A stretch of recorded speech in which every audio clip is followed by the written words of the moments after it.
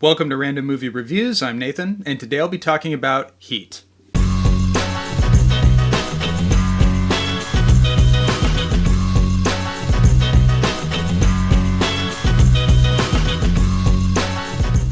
So earlier this month, I turned the big 3-0, that's right, 30 years old, and I was thinking about what is the meaning of life and the inevitability of death and decay. I'm just kidding, of course. Sort of. What I was really thinking about was movies that came out the year I was born and would be turning 30 years old right alongside with me. And there were some heavy hitters in 95. Not quite as strong as the year 99, which we know is one of the best years for movies ever. I mean, the amount of movies that came out that year is pretty staggering. But in 95, we have some all-time classics. In 95, we had classics like Seven, Toy Story, The Usual Suspects, Die Hard with a Vengeance, the best Die Hard sequel, Casino, the French film La Haine, a personal favorite of mine, really great movie, Before Sunrise, which is quite possibly my favorite romantic film of all time, the incredibly underrated sci-fi noir Strange Days, which I actually have a video talking about that on this channel. I'll link it in the description below. We also have one of my personal favorite comedies ever, Tommy Boy, and that's just a small handful of some of the best movies that came out in 95. There are some that I haven't even mentioned that are also really great. So overall, pretty strong year for 1995, but if I have to pick one movie that is my all-time favorite, it's Heat. There are certain movies that are out there that I like to refer to as the gold standard of their genre.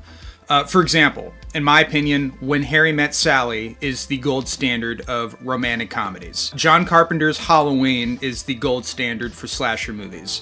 The Good, the Bad, and the Ugly is the gold standard for Western films. Meaning that these films in particular represent the best, the greatest of their genre. And for Heat, it is without a doubt the gold standard of the cops and robbers genre, with Point Break being a very close second, and expect a video on that one in the future because I fucking love that movie. Rock and roll! But I legitimately think that Heat is a perfect movie in every regard. In terms of the filmmaking, the performances, the music. I mean, the score in this movie is absolutely incredible. The pacing of the film, the overall aesthetic and atmosphere of the film. I mean, this is a movie that on a technical level and a storytelling level, for my money, gets everything right. And it's so much deeper than a lot of, movies that deal with cops and robbers or criminals. I mean, the way Michael Mann really dissects our two lead characters, one a cop and the other a bank robber, he essentially shows the audience that these two men, who are polar opposites, are actually two sides of the same coin. And all of that culminates into the iconic diner sequence, which we'll get into. But before I get into the specifics of what makes this movie such an unbelievable masterpiece, let's just do a brief overall synopsis of the plot. So Heat revolves around two central characters. We have Police Lieutenant Vincent Hanna, played by Al Pacino, and Neil McCauley, played by Robert De Niro. The film opens up with an armed truck robbery that goes wrong after one of the new members of the crew, Wayne Grow, decides to shoot one of the security guards who was protecting the truck, and now the rest of the crew are forced to kill the other two remaining witnesses. And this sets off a series of events that propels the movie forward. Vincent Hanna is going to be the lead investigator on this case. He's going to be on the trail of Neil McCauley and his gang. And the movie basically shifts back and forth between showing the procedural elements of both of our characters, how they're handling the situation, as well as diving into their personal lives. With Hannah, we're seeing that he is on the downslope of a marriage, and he has a stepdaughter who is emotionally disturbed due to her having a broken relationship with both her mother and her biological father.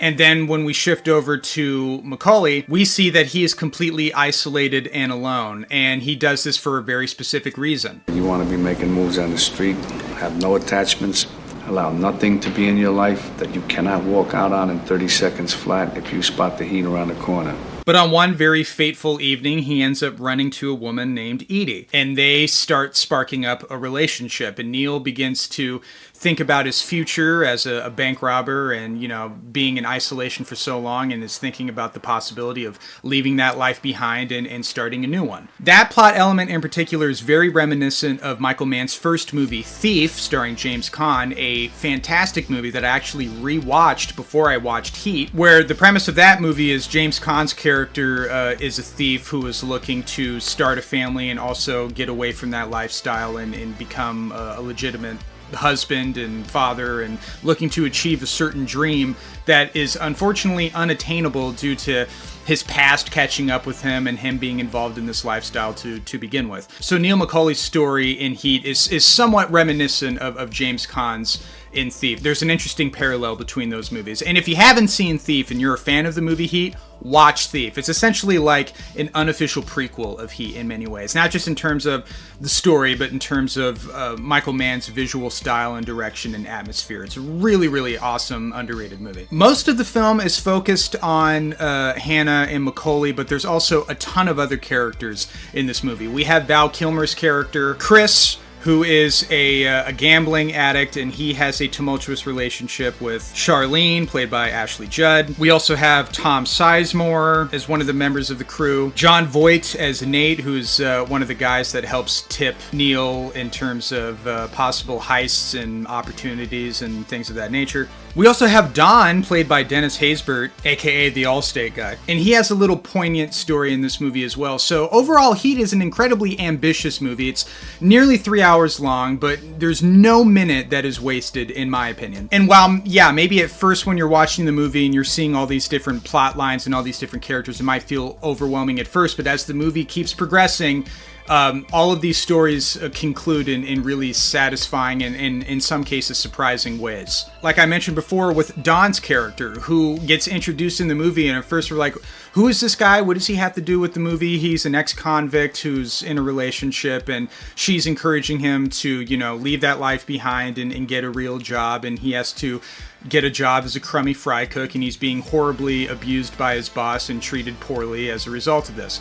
Well, we find out during the day of the main heist of this movie, this is at the point where we realize that Neil's gang is under surveillance from the cops, and that they're going to do this one last job, and they're going to basically disband after that. And on that day, Danny Trejo, who is going to be the getaway driver, leaves under suspicious circumstances. They're forced to talk to Don, Neil is, because they knew each other from prison. And he's like, hey, listen, man, we got a job going down today. Do you want to do it? And Don, as we've seen throughout the movie in his brief little scenes, has had enough of being treated like shit. And he's like, fuck this, man. I'm done with this job. I'm going to go back to being a getaway driver.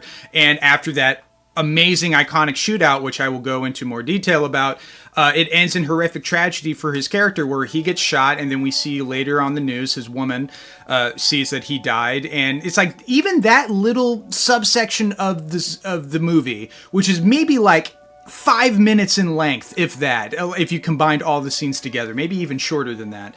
Even that packs a punch. Like, every little story in this has a satisfying conclusion that adds a lot of levity to the movie. Same thing happens with Chris, where we see the relationship between Chris and Charlene falling apart, and Charlene is having an affair with Hank Azaria. After the shootout and Chris gets injured, he is the only one in the gang that actually gets away scot-free, but not unscathed, because he goes back to meet up with Charlene. Even though they have a tumultuous relationship, he genuinely does love her and he doesn't want to leave without her. But she's already been infiltrated by the cops due to them getting on the trail of her affair. And he shows up to the house, and she gives him the secret signal that, hey, it's not safe here. The cops are here. They're on your tail. And, Val Kilmer, who once again, not in this movie a whole lot, but every scene he's in is incredibly memorable. And that subtle piece of acting where you see, like, the joy and the happiness completely vanish from his face. And he is completely distraught, but he has to try to keep it together, and he leaves without Charlene. And even that little moment is so expertly well done. So there's so many, this movie just has so many nuggets of gold, if you will. Now let's break down some of the highlights of the movie. Well, first of all, there's Al Pacino's performance. I'm a huge Al Pacino fan, and I love it when Al Pacino gets to let loose. Obviously his all-time famous let loose performance is Scarface. Absolutely adore that movie. And similar to that of Tony Montana, it has been confirmed by Pacino himself that he said that it was at some point in a version of one of the scripts he read of the movie that Hannah was chipping some cocaine. We came up with the idea that my character chipped cocaine. We sort of formulated the character to be that kind of person so that every once in a while he would explode, you know. And it's a good thing to know that. It's not in the picture, but that's part of what motivated him from time to time. He was a little high. And oh boy, does that show in his performance. Give me all you got! Give me all you got! Don't waste my motherfucking time! Because she got a great ass! And you got your head all the way up it! When I think of asses, woman's ass, something comes out of me. Look, maybe I should... Shut up, Ralph! Sit down! It's actually a really great contrast between Vincent and Neil, where Vincent is a little bit more crazy and chaotic, and Neil is a little bit more calm, collected, very calculated. So I love both of their performances. They help elevate the movie as a whole, obviously. Then, of course, there's the iconic diner sequence. Now, to put this into context, this was a big deal when this movie came out because Pacino and De Niro, while yes, they were both in the movie The Godfather Part 2, my favorite movie of all time, neither of them have a scene together in that movie because it takes place in two different time periods. It's essentially a prequel and a sequel simultaneously. So when Heat was announced and they were doing advertisements and trailers, a big part of the selling point of this movie is like, hey, Al Pacino and De Niro are going to be in this movie. And when you see the trailer without seeing the movie, you think, oh, they're going to be like encountering each other throughout the movie, right? Because that's how most movies go. When you have two major leads in a movie, they're going to be interacting throughout the film. That's not the case. In fact, Michael Mann was very smart and decides to keep them apart for a good chunk of the movie, for most of the movie, until we get to the diner sequence, which is smack dab in the middle of the film, where our two characters, you know, they're aware of each other, they've been on each other's tail, they've been trying to one-up each other, and Hannah just goes up to him, they were tracking him in his car, and he's like, hey, listen, let me just buy you a cup of coffee. And Neil is like, all right, yeah, let's do it. And we get one of the most iconic scenes in cinematic history, and it feels so important in the movie because they haven't been face to face until this point, and so much has happened. And so when we get to the middle point of this movie and we get to the aftermath of this movie, I mean, the diner sequence is like, it's the centerpiece of the film, literally. And it's at that moment that we realize that these two characters are so much more similar than they realize. We realize that they're both perfectionists. They both love what they do and they don't want to stop doing what they do. I don't know how to do anything else. Neither do I. I don't much want to either. Neither do I. And that they kind of have to depend on one another in order to continue to do what they do. It's the whole duality of the cop and robber is, you know, accentuated perfectly in this dialogue between them. There's also that great scene where they're talking about similar dreams and nightmares that they have. And at the end, you see that there's a camaraderie there where they both kind of subtly smirk at each other when they're like, hey, listen, you know, we've met each other, but if you get in my way, or you try to kill me, I'm going to get you first, essentially. If it's between you and some poor bastard whose wife you're going to turn into a widow, brother, you are going down. And they both made their peace with that. And that's the other main theme of this movie. It's not just the examination of these two characters and the relationship between the cop and the robber. It's also an examination of fate. And can we actually decide to be something that we're born to be? Do we have a choice in that? And that's another big underlying theme of the movie as a whole. And then, of course, that goes into what is quite possibly the greatest shooting sequence in cinematic history, where it starts off with the final bank job of the film. This is the band's last gig. At first, they're doing everything right. They're controlling the situation. They're getting all the money. They're about to get away scot-free until Vincent and his team gets tipped off about the robbery. They head over there, and then what we get is the greatest shootout scene in movie history. I feel very comfortable saying that. No matter how many times I see that scene, my palms still get just a little bit sweaty because the intensity and the way that it's shot and the fucking sound is unbelievable. The gunfire downtown was truly horrifying sounding. And because of the skyscrapers everywhere, it was just deafening.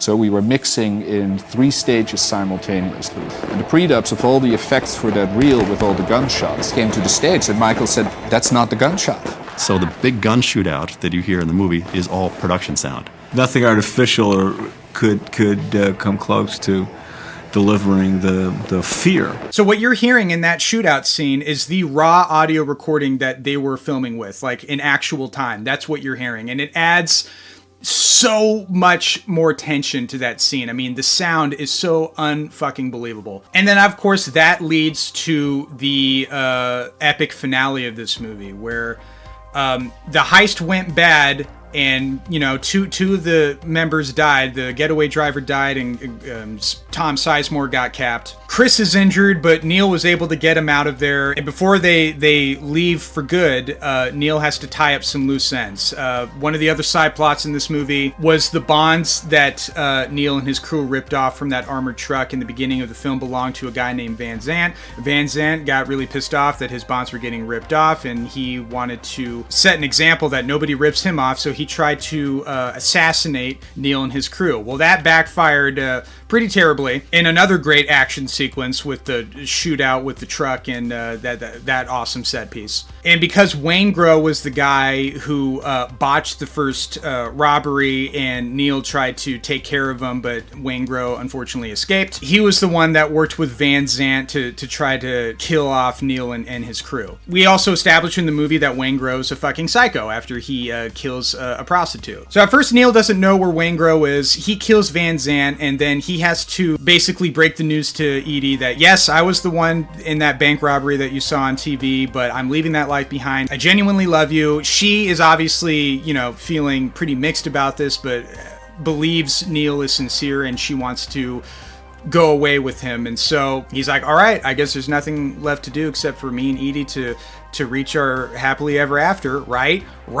And that's when we get to one of the most, it's such a I mean, it's perfect, but it pisses me off every time, where he's driving and he's about to get away scot-free, and even Vincent, he's like, you know what? Neil's gone. He's out of here. I'm done.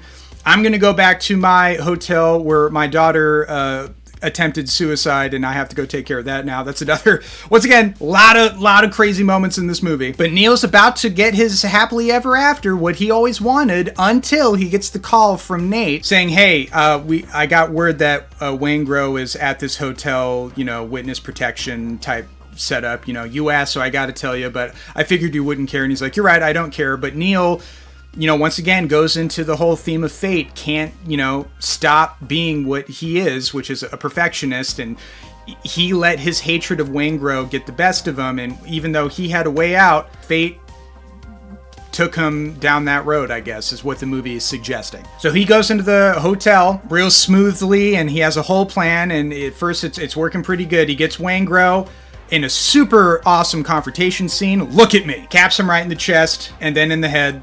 Gets out of there, and at first he's like, all right, looks like we can get out of here. But then Vincent, once again on the tail, sees him, and then that goes back to what Macaulay said earlier in the movie about when you see the heat around the corner. Runs away from Edie. Vincent goes after him, and we have a really awesome drawn out scene at the airport that's expertly shot, and the tension is just amazing. And then when Neil thinks he's got the drop on Hannah sees his shadow before then, caps him before he gets the opportunity, and he's bleeding out. And he refers back to their conversation that they had back at the diner, extends his hand, and Vincent grabs his hand. And, you know, you can see that he's quite emotional because they have a camaraderie, they have an understanding. In many ways, these two characters understand each other more than any other person in their lives. It also could have easily been Vincent who got killed, and it's an incredibly poignant and emotionally powerful moment because at this point in the movie, we understand these characters. We see the commonality between the two. We see the respect and the admiration they have for one another, and that's the ending of the movie, man. It ends on that beautiful shot where we just see the back of Vincent grabbing Neil's hand, and it cuts to black with that amazing music, and that's the ending to one of the greatest, most awesome movies that's ever existed. I'm sorry, Heat is that fucking good. Anyway, guys, that's my thoughts on Heat. Perfect movie. I don't care what anybody says. Well, actually, I do care about what you guys have to say. And let me know in the comments what you think about the movie Heat. Do you like it? Do you love it? Do you hate it? If you only hate it or like it, you're wrong. I'm just kidding. Not really. But leave your comments on your thoughts on this movie. And as always, thank you guys for watching.